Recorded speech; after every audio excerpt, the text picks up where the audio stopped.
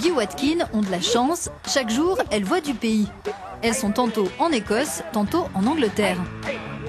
L'éleveur possède près de 30 hectares de terre près de Berwick-upon-Tweed, côté anglais, et en loue 280 autres au-delà de la rivière toute proche, en territoire écossais. Autant dire que l'issue du référendum sur l'indépendance de l'Écosse, prévu le 18 septembre, le préoccupe tout particulièrement, même s'il ne pourra pas se prononcer comme il habite sur le sol anglais. Il craint à terme des soucis logistiques, mais aussi des bouleversements d'ampleur de part et d'autre de la frontière.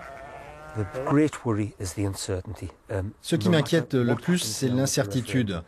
Quel que soit le résultat du référendum, c'est tellement serré qu'il y aura forcément des répercussions. Mais si l'Écosse devient indépendante, je ne crois pas les gens qui me disent « il va se passer ça et ça », parce que je pense que personne ne le sait vraiment. Les deux pays sont tellement interdépendants et ils le sont depuis si longtemps. Donc il y a vraiment cette incertitude sur ce que nous réserve l'avenir. Dougie Watkin vit dans ce secteur surnommé les frontières, le long du tracé séparant l'Angleterre de l'Écosse. Une région emblématique de ces liens qui constituent le Royaume-Uni depuis plus de 300 ans et qui rapprochent familles et entreprises, quel que soit le territoire où elles se trouvent. Mais aujourd'hui, cette union pourrait être contestée dans les urnes. Les Écossais s'apprêtent à dire s'ils veulent faire sécession. L'Écosse est-elle viable en tant que nation indépendante ou le statu quo est-il préférable ? La question suscite un débat émotionnel intense. Heather Anderson, agricultrice bio côté écossais, milite en faveur de l'indépendance. Selon elle, l'Écosse est autosuffisante grâce à ses ressources en pétrole et en énergie renouvelable. Elle dispose de finances solides et elle ne sortira pas de l'Union européenne si elle rompt avec la Grande-Bretagne.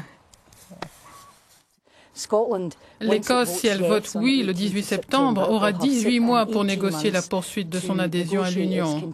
On en fait partie depuis 40 ans. On répond aux critères de tous les traités. Côté exportation, on atteint un niveau d'autosuffisance de 1500% pour la pêche. Donc je pense que l'Espagne serait triste si on quittait l'Union. On est autosuffisant à hauteur de 1500% pour l'agneau et on vend nos animaux à la France. Nos exportations alimentaires s'élèvent à 13 milliards de livres. On veut être des acteurs qui participent à l'Europe. On est totalement concentré sur le fait d'être membre de l'Union. On ne veut pas la quitter et on ne veut pas qu'on nous en fasse sortir sans qu'on ait notre mot à dire. Non loin de là, dans la petite ville anglaise de Berwick-upon-Tweed, le propriétaire de cette entreprise est inquiet.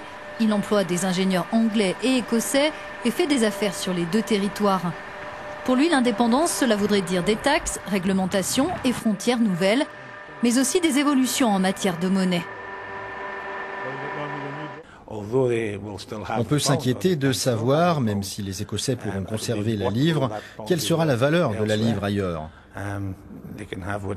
On peut avoir la monnaie qu'on veut. Toute la question, c'est de savoir quelle est sa valeur pour le reste du monde et pour le reste du Royaume-Uni. Des facteurs externes vont entrer en ligne de compte. Je pense que ce qui nous unit depuis 300 ans a plutôt bien fonctionné. Si ça fonctionne, pourquoi essayer de changer les choses ? Retournons côté écossais. À Eyemouth, cette entreprise de pêche vend ses produits en Angleterre et dans le reste de l'Union européenne et notamment en France. Son dirigeant voit d'un bon œil l'indépendance écossaise. Ce serait une occasion de faire encore mieux connaître les produits écossais au plan international. Et si à la clé il y a des bouleversements monétaires, ça ne l'inquiète pas. Nous, pour notre part, on exporte énormément vers le marché européen et on est des ardents défenseurs de la communauté européenne. Donc les choses iront aussi bien avec l'euro qu'avec la livre. Mais on a le sentiment que les partisans du non oublient quelque chose. La livre est un bien commun. Elle est détenue de manière égale par tous les membres du Royaume-Uni. Alors tout d'un coup, avoir le culot d'affirmer qu'on ne pourra plus l'utiliser, je pense que c'est un peu naïf et ils s'en servent dans leur campagne comme d'un gros point noir pour essayer de faire peur à tout le monde. Jim Fullarton est écossais, son épouse Alison est anglaise. Ils vivent depuis 40 ans dans ce secteur des frontières. Tous deux participent à la campagne « On est mieux ensemble ».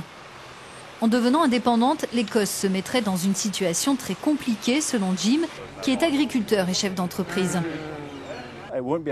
Elle ne sera pas une zone monétaire parce qu'on nous a déjà dit que le reste du Royaume-Uni, le Pays de Galles, l'Angleterre et l'Irlande du Nord ne permettra pas à l'Écosse d'avoir la Banque d'Angleterre comme prêteur de dernier ressort. Donc on sera comme le Panama. On utilisera la livre en n'ayant aucun contrôle sur nos taux d'intérêt et de fait sur la politique du gouvernement. Le problème avec la campagne pour le oui, c'est qu'elle utilise des slogans simplistes. Elle s'appuie sur une grande euphorie, de l'émotion et de l'optimisme sans tenir compte des réalités pratiques que signifierait l'indépendance de l'Écosse. Et d'un point de vue technique, un pays qui rejoint l'Union européenne doit avoir une banque nationale. Or, comme l'a dit Jim, ce n'est pas le cas. On n'a pas de banque nationale, on n'a pas de monnaie spécifique. Donc on ne peut pas faire acte de candidature pour rejoindre l'Union si on se fie à ce qu'ont dit des commissaires dans la presse dernièrement.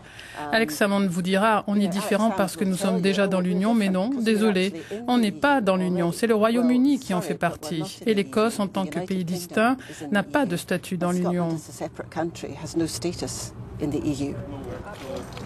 L'adhésion à l'Union européenne, la monnaie, l'emploi, l'éducation, le système de santé, ce sont quelques-uns des thèmes débattus par les militants des deux camps. Pour cet homme qui fait campagne pour le oui depuis 2 ans, l'indépendance n'est pas dirigée contre les Anglais, c'est une question de démocratie et de souveraineté.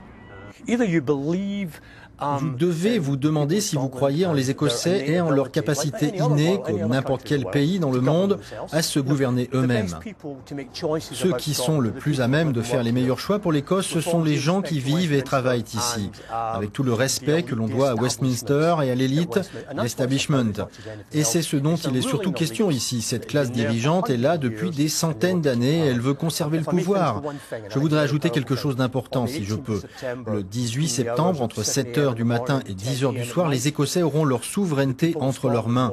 À 10h01, quand les bureaux de vote seront fermés, ils auront décidé soit de la garder, soit de la confier de nouveau à quelqu'un d'autre. Préserver ou faire exploser le Royaume-Uni, que décideront les Écossais? Quel que soit leur choix, beaucoup dans la zone des frontières ont le sentiment qu'après ce référendum, rien ne sera plus jamais comme avant. Sauf peut-être pour les moutons. C'est toujours difficile de remplir des formulaires pour pouvoir déplacer des animaux d'un endroit à un autre.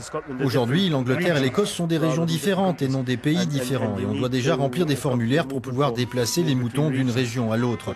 Mais j'ai beau essayer, mes bêtes refusent systématiquement de remplir un formulaire quand elles se déplacent. Elles vont de l'autre côté, c'est tout.